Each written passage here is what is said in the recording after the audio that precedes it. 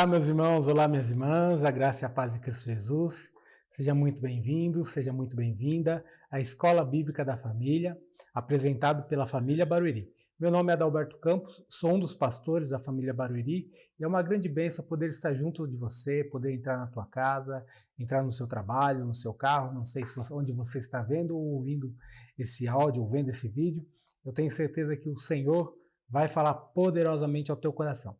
A nossa oração é para que a palavra do Senhor encontre lugar no teu coração, para que o Espírito Santo do Senhor te direcione, para que você tenha uma vida abundante, poderosa no Senhor. Então, fique ligado, meu irmão, fique esperto. Jesus Cristo está voltando e essa nossa convicção nos faz anunciar a grandeza do reino de Deus. Se você não é inscrito ainda no canal da família Barueri, eu quero lhe convidar. Faça a sua inscrição, clique ali no sininho também, para que você possa receber as publicações, assim, logo que mandarmos ou lançarmos as nossas publicações, você possa receber um alerta e possa assistir às publicações da família Barueri. E também, se esse vídeo se tem sido instrumento de bênção para a tua vida, já curta também, compartilhe com seus amigos, com seus irmãos, com seus familiares, para que nós possamos alcançar o maior número de pessoas. O nosso propósito é trazer edificação para o corpo de Cristo, edificação para a igreja de Cristo. Portanto, queremos alcançar o maior número possível de pessoas realmente para glorificar o nome santo do Senhor. A Escola Bíblica da Família tem o propósito de trazer formação para a igreja de Cristo, edificação para a igreja de Cristo. Espero e tenho certeza disso, na verdade, que o Senhor tem falado contigo, por isso você está aqui conosco. Que a palavra do Senhor encontre lugar no teu coração. Já há 2 semanas nós temos trabalhado sobre o tema de escatologia bíblica. É um dos temas mais abordados que há muitos vídeos de escatologia bíblica. É algo muito importante para a igreja realmente precisa estar alinhada com isso, atenta a esse assunto tão importante, né, tão vital para a nossa saúde cristã. Nós falamos na semana passada sobre a importância da compreensão, de uma compreensão da escatologia de uma forma clara, de uma forma objetiva. Aliás, na primeira aula nós falamos sobre isso, e na última aula, na semana passada, nós falamos sobre a interpretação do texto profético. Trabalhando sobre esta linha, nessa semana nós queremos falar sobre profecias escatológicas que já se cumpriram.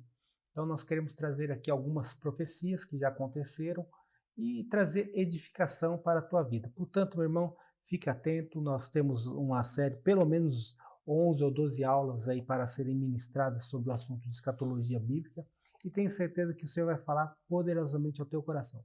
É importante tratarmos de escatologia porque ela vai reger as outras áreas da nossa teologia sistemática, né? Todos os outros princípios doutrinários acabam estando ligados à escatologia. Por isso, é importante ter uma clara e um claro objetivo e um claro entendimento a respeito da escatologia. Isso é de grande valia.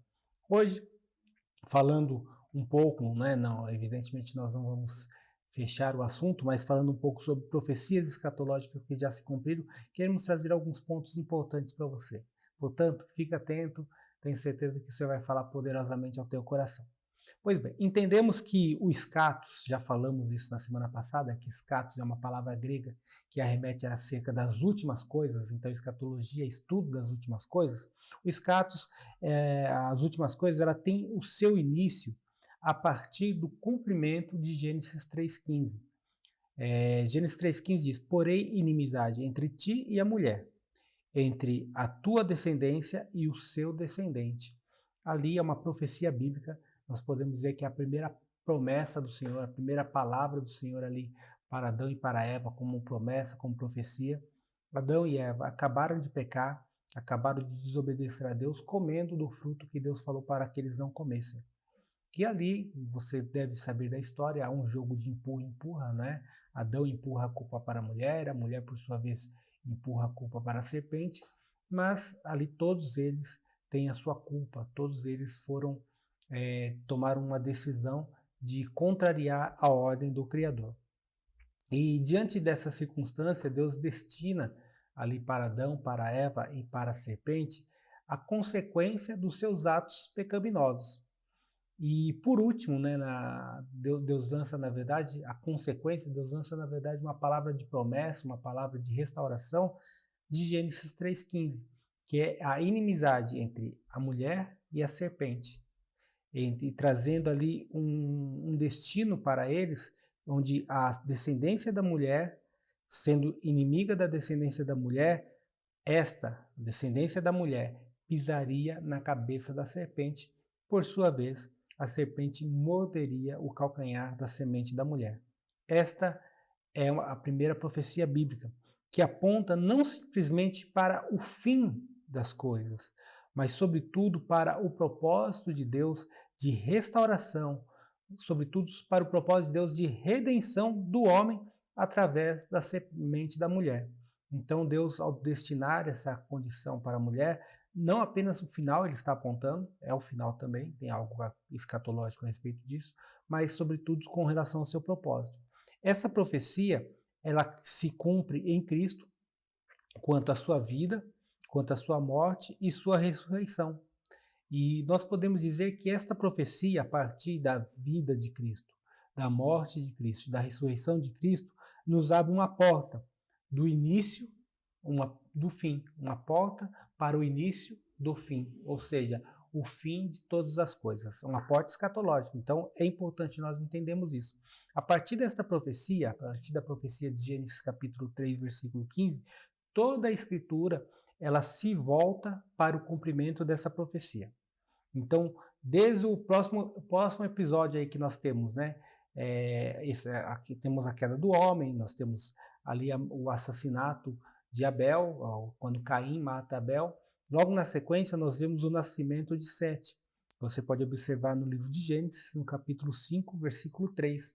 Ali há um destaque a respeito do nascimento de Sete. Isso é muito importante, porque Deus começa a trabalhar, ou começa a mostrar o seu trabalho para o cumprimento da promessa de Gênesis 3,15. Então, desde o nascimento de Sete, Gênesis 5,3, até o retorno de Israel do cativeiro babilônico, que está permeado ali no livro de Neemias, no livro de Esther, no livro de Esdras, vários profetas permeiam esse assunto, como Daniel, Isaías, Jeremias, vários profetas trabalham sobre isso. Então nós temos o retorno do cativeiro babilônico.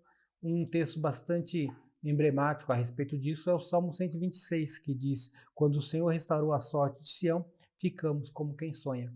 Apenas o versículo 1 estou citando, mas ali é um texto, o 126, ele está tratando, é um salmo, um hino de louvor a Deus, por causa da restauração que Deus levou a Israel, tirando ou livrando o reino de Judá, o reino do sul especificamente, do cativeiro babilônico. Portanto, a partir da profecia de Gênesis capítulo 3, versículo 15, toda a escritura, toda a palavra de Deus, ela começa a ser trabalhada para o cumprimento de tal profecia.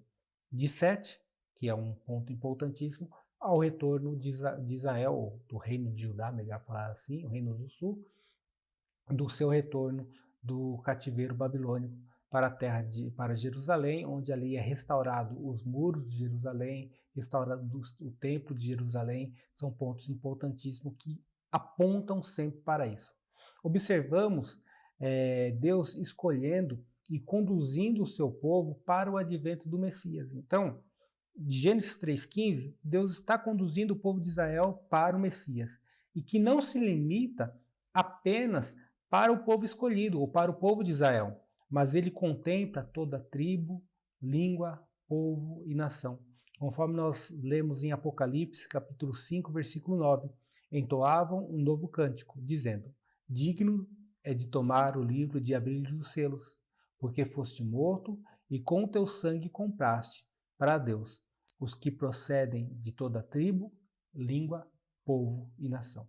Portanto, a promessa não está limitada à nação de Israel. A nação de Israel é uma nação escolhida por Deus para trazer o Messias, mas essa promessa é para toda a humanidade, a saber, toda tribo, língua, povo e nação, conforme uma denominação, conforme uma definição para alcançar todos os povos. Poderíamos sugerir aqui um estudo sobre profecias messiânicas do Antigo Testamento, profecias que se cumpriram, né, a respeito do Messias, as profecias do Antigo Testamento. No entanto, nós vamos nos deter nisso, nós não vamos avançar sobre esse estudo, até porque não é o nosso propósito aqui. Nós vamos avançar sim sobre as profecias que já se cumpriram e que apontam para a segunda vinda de Jesus. Então nós vamos falar de profecias messiânicas, sim, mas que já se cumpriram, mas não apenas se cumpriram, que apontam para a segunda vinda do Messias, que evidentemente isso acontece após a sua morte e sua ressurreição. Precisamos ter em mente que a parte final do Eschatos, ela tem 3 objetivos. A parte final das últimas coisas, a parte final dos últimos tempos, ela tem 3 objetivos, que é, primeiro, separar a igreja, segundo, tratar com Israel e terceiro, instaurar a plenitude do reino de Deus. Nós vamos falar sobre essas 2 primeiras na aula de hoje, já que nós temos profecias que aconteceram, textos que mostram, que revelavam esses acontecimentos, e nós vamos mostrar que eles já aconteceram. A plenitude do reino de Deus, ele trata mais sobre o milênio. A pergunta que nós gostaríamos de lançar para isso é: quais profecias já se cumpriram e que apontam para esses acontecimentos? Vamos lá. Vamos falar dos 2 pontos principais agora. Primeiro é separar a igreja de Cristo. Nós vemos no Evangelho de Mateus, no capítulo 24, versículo 14, e será pregado este evangelho do reino por todo o mundo, para testemunho de todas as nações. Então virá o fim. Na grande comissão de Jesus, nós vemos em Marcos 16:15 o seguinte: ide por todo o mundo e pregai o evangelho a toda criatura. Quando os discípulos de Jesus questionaram a Jesus a respeito da restauração do reino a Israel, o Senhor lhe deu a seguinte resposta: não vos compete conhecer tempos ou épocas que o Pai reservou pela sua exclusiva autoridade, mas recebereis poder ao descer sobre vós o Espírito Santo, e sereis minhas testemunhas, tanto em Jerusalém como em toda a Judéia, Samária e até os confins da terra. Portanto, o Senhor é um ato escatológico de Deus. Um ato escatológico, trazer o Messias. Nós não, conforme já falamos, não vamos deter muito sobre as profecias messiânicas, apenas aquilo que arremete à escatologia. E já para a escatologia, já para os finais do tempo, é importante a instauração ou a separação da Igreja de Cristo. E essa separação da Igreja de Cristo, ela vai se apresentar por meio da pregação, da manifestação do Evangelho de Cristo. Sobre isso que esta é a nossa base. Esta universalidade redentora, essa universalidade da salvação, do alcance de Deus para as nações, para os povos, era algo que já havia sido revelado no Antigo Testamento. Observe o seguinte, que no Antigo Testamento nós não vemos o termo igreja ou algo referente à igreja. Nós vemos assembleia, sim, no Antigo Testamento, mas sempre a assembleia ali do povo de Israel, do povo escolhido de Deus para trazer o Messias, mas não a igreja conforme nós temos no Novo Testamento. No entanto, a grande característica ou a grande diferença que nós podemos notar entre Israel e igreja é porque a igreja ela é o ajuntamento de pessoas de várias línguas, de várias nações, de várias tribos, de todas as tribos, de todas as nações, de todas as línguas. Então essa é a grande característica. E isso já era revelado lá no Antigo Testamento. Nós observamos no Salmo 86, versículo 9. Todas as nações que fizesses virão, prostrar-se-ão diante de ti, Senhor. Portanto, já era claro isso. Ainda lá no livro de Zacarias, profeta Zacarias, capítulo 8, versículo 22, virão muitos povos e poderosas nações buscar em Jerusalém ao Senhor dos exércitos e suplicar o favor do Senhor. Mais um texto que apresenta não apenas Israel buscando ao Senhor, mas todas as nações. E ainda, por último, para essa sessão, Isaías capítulo 60, versículo 3, que diz: as nações se encaminham para a tua luz, e os reis para o resplendor que te nasceu. Então, era muito claro no Antigo Testamento este propósito de Deus em ser adorado, em ser invocado, em ser buscado pelas nações. E esse ato de busca de Deus, de busca por Deus por parte das nações, se dá com a propagação do evangelho, ou seja, com a instauração da igreja, que é o ajuntamento de todas essas nações, que é o ajuntamento de todas essas tribos, de todas essas línguas, de todos esses povos. Isso nos fortalece a respeito da nossa chamada para a pregação, para a propagação do evangelho.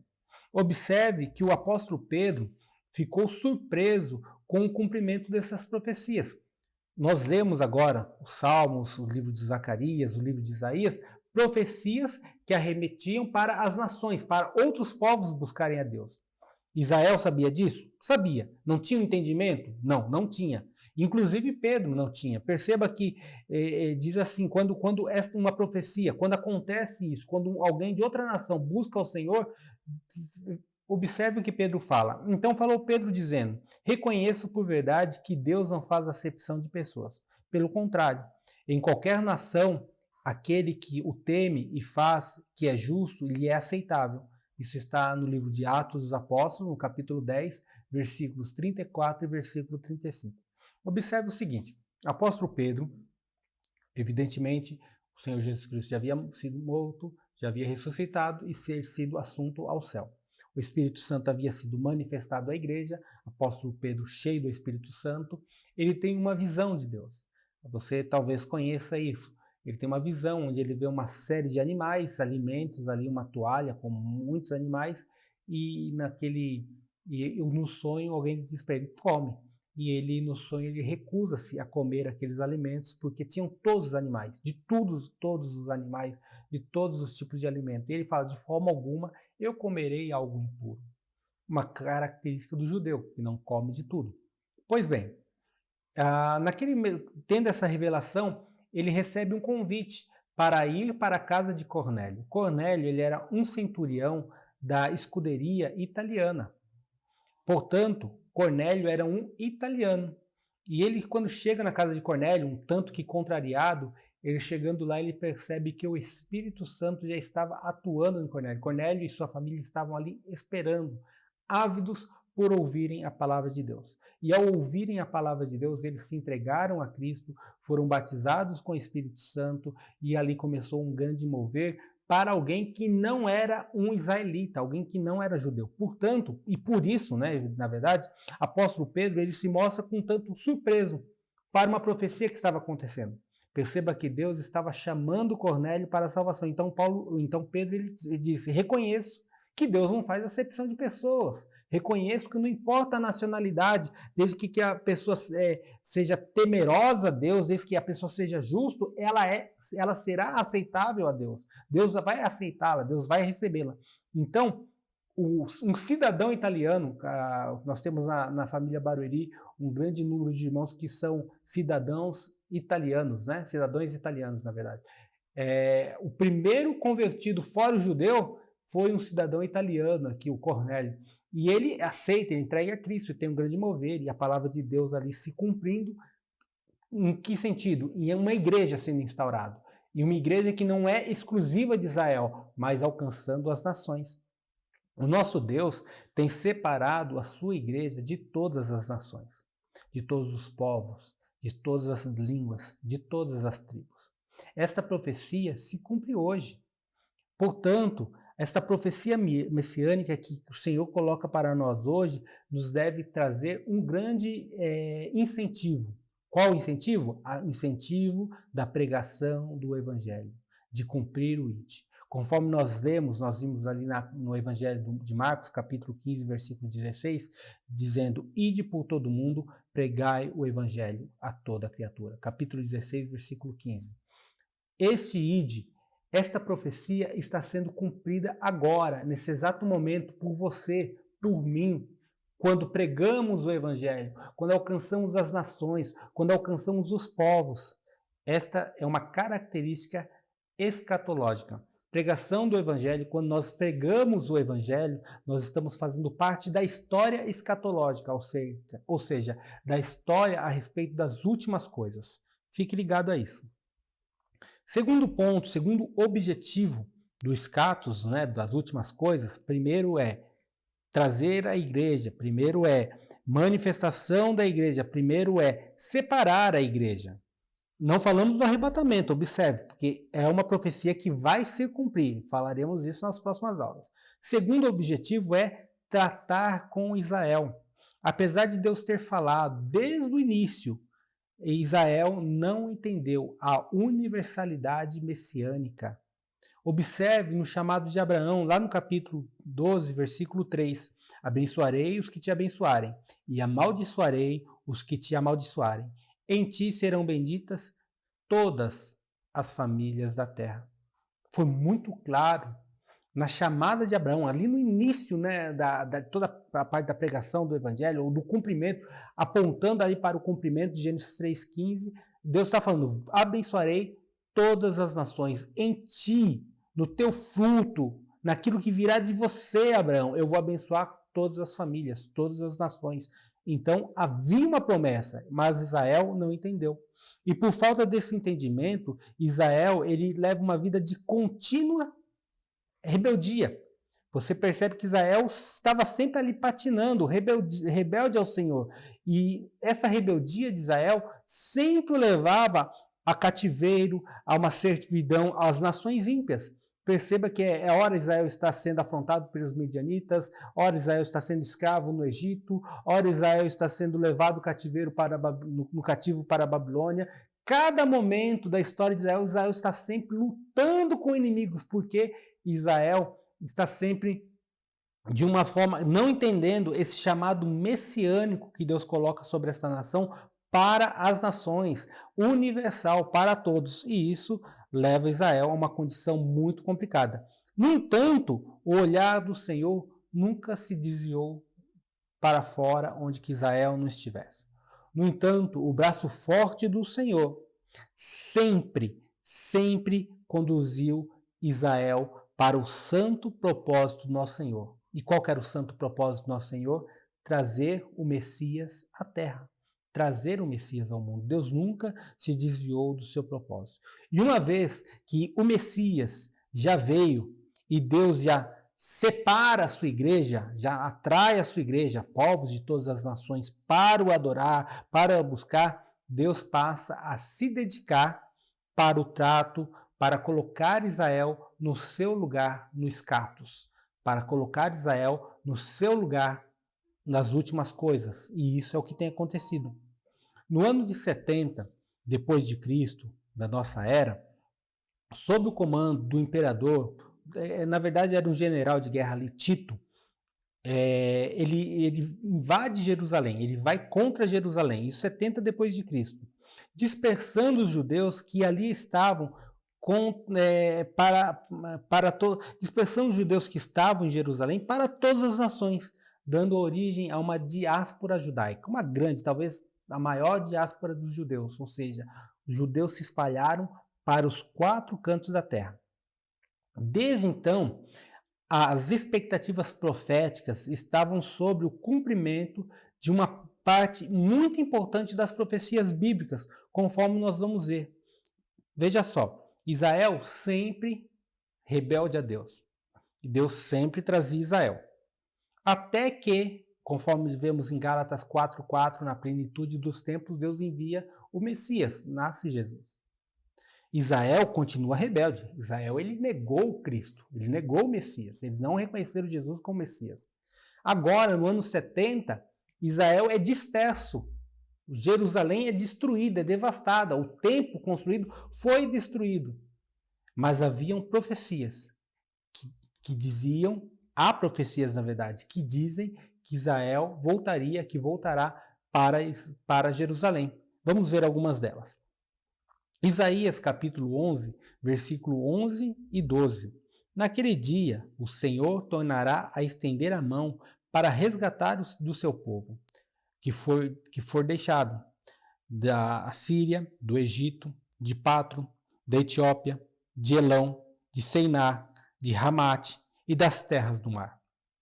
Levantará um estandarte para as nações, ajuntará os desterrados de Israel e os dispersos de Judá recolherá desde os 4 confins da terra. Uma promessa. Deus vai juntar Israel. Ezequiel capítulo 11, versículo 17. Assim diz o Senhor Deus: hei de ajuntá-los do meio dos povos, e os recolherei das terras para onde foram lançados, e lhe darei a terra de Israel. Ainda, Isaías capítulo 60, versículo 8, diz assim: não são esses que vêm voando como nuvens e como pombas ao seu pombal? Mais uma profecia do retorno de Israel. Ainda Oséias capítulo 11, versículo 10 e versículo 11. Andarão após o Senhor, este bramará como leão, e bramando os filhos tremendo virão do ocidente, tremendo virão como passarinhos os do Egito e como pombas os da terra da Síria, e os farei habitar em suas próprias casas, diz o Senhor. Olha só. Contamos uma grande e importante história, parte da história de Israel, que foi no ano 70, a diáspora judaica, quando o povo de Israel, de Jerusalém, é expulso de sua terra pelos soldados romanos, e ali Jerusalém é totalmente devastada. Nós tínhamos, há cerca de 450 anos antes desse episódio, ou 500 anos antes desse episódio, um pouco mais de 500 anos antes desse episódio, uma série de profecias que dizia que Deus iria trazer o seu povo, conforme nós acabamos de ler. Depois, cerca de 1800 anos, as profecias sobre o retorno do povo de Israel para Israel começam a se cumprir. Observe que em 1882 nós temos a primeira onda de migração dos judeus russos para Israel. É um momento, alguns chamam semitas, sionitas, se não me falha a memória, esse é o termo. O movimento em que um grande número do povo de Israel, ali da Rússia, da Europa Oriental, se voltam para Israel e começam ali nas regiões de Jerusalém, de Israel, a montar acampamento. Isso no ano de 1882 nós temos esse movimento.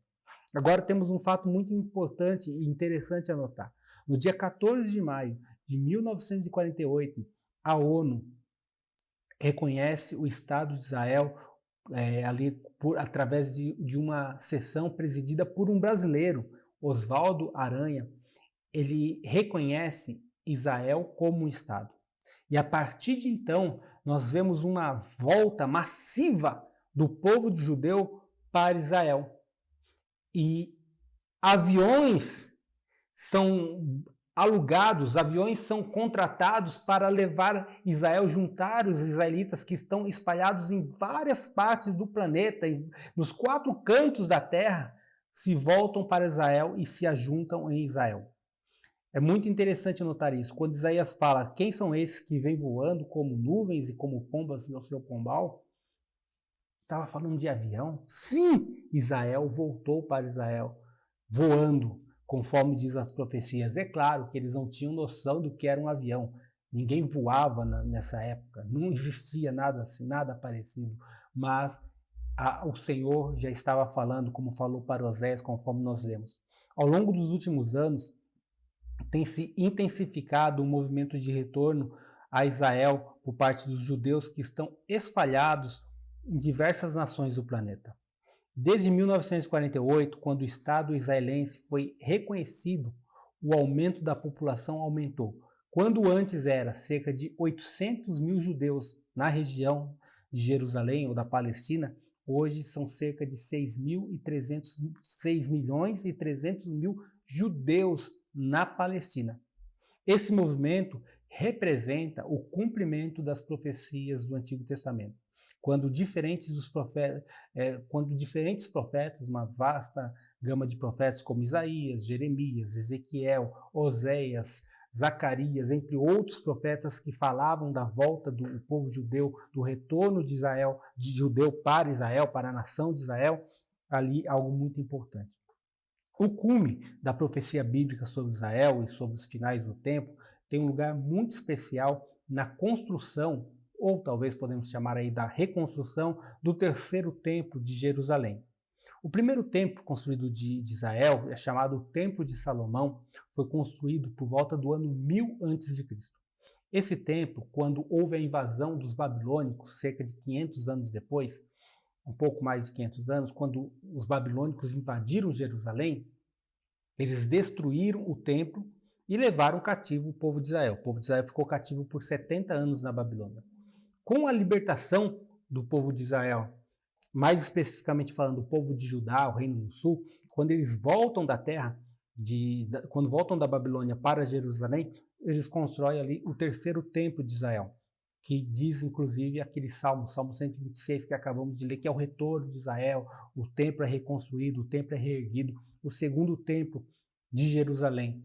Depois, se não me falha a memória, cerca do ano, não vou me lembrar, um pouco antes da era cristã, o imperador ele pega esse templo, ele prepara esse templo, ele ajuda, até incentiva os judeus a respeito do templo, que era uma característica do povo romano. O templo fica fantástico, fica maravilhoso. Só que no ano 70 depois de Cristo, conforme nós falamos, por meio do imperador Tito, o templo é destruído. E há uma profecia para a restauração. Em 516 o templo é construído pelos babilônicos, pelos cativos, né, aqueles que retornaram do cativeiro da Babilônia, e agora, em 70 depois de Cristo, o templo é novamente destruído.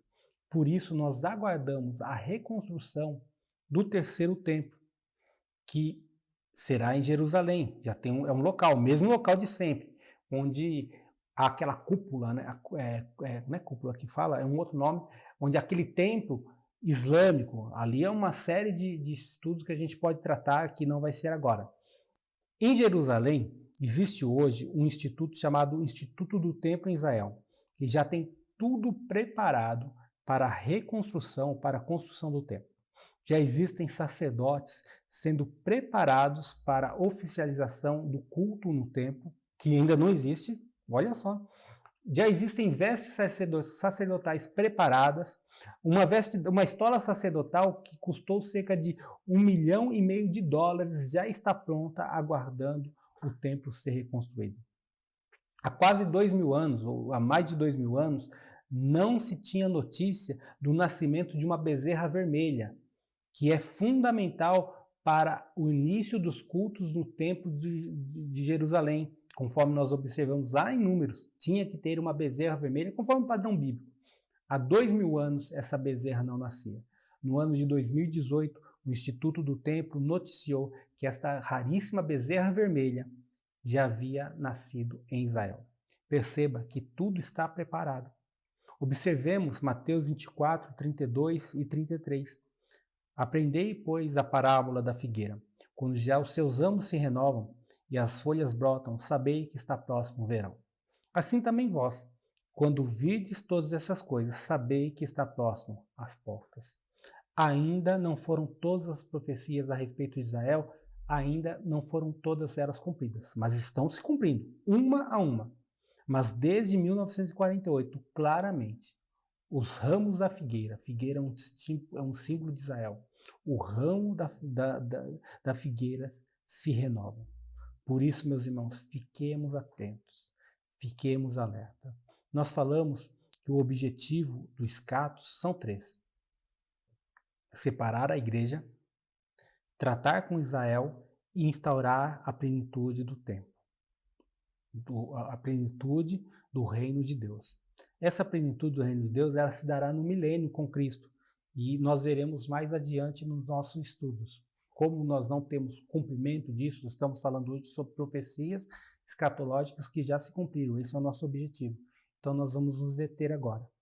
Muitos sinais proféticos têm sido motivo de estudos, como anomalias celestiais, a lua sangrenta. Recentemente nós tivemos uma série de conversas a respeito sobre esse assunto, sobre a mudança e a frieza no comportamento da humanidade, sobre o aumento das guerras e dos rumores, sobre apostasias, sobre os falsos mestres, além de tantas catástrofes naturais que cada vez mais tem sido comum em nossos tempos. Sem dúvida alguma, tudo isso são presságios do escatos, ou seja, são presságios daquilo que há de vir.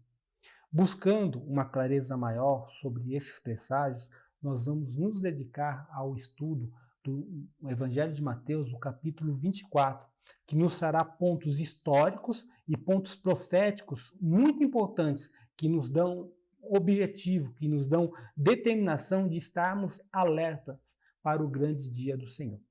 Fique conosco. Que bom que você esteve conosco até agora. Na próxima aula, na semana que vem, se o Senhor permitir, nós iremos falar sobre Mateus capítulo 24. Mateus capítulo 24 é um material muito especial, porque tem história e tem profecia. E se com a graça do nosso Senhor, com o direcionamento do Espírito Santo do Senhor, nós vamos ter um discernimento a respeito daquilo que é história, aquilo que foi profetizado e já aconteceu, e aquilo que está por vir. Então, que o Senhor possa te abençoar, que a palavra do Senhor encontre lugar no teu coração, que o nome de Cristo seja glorificado.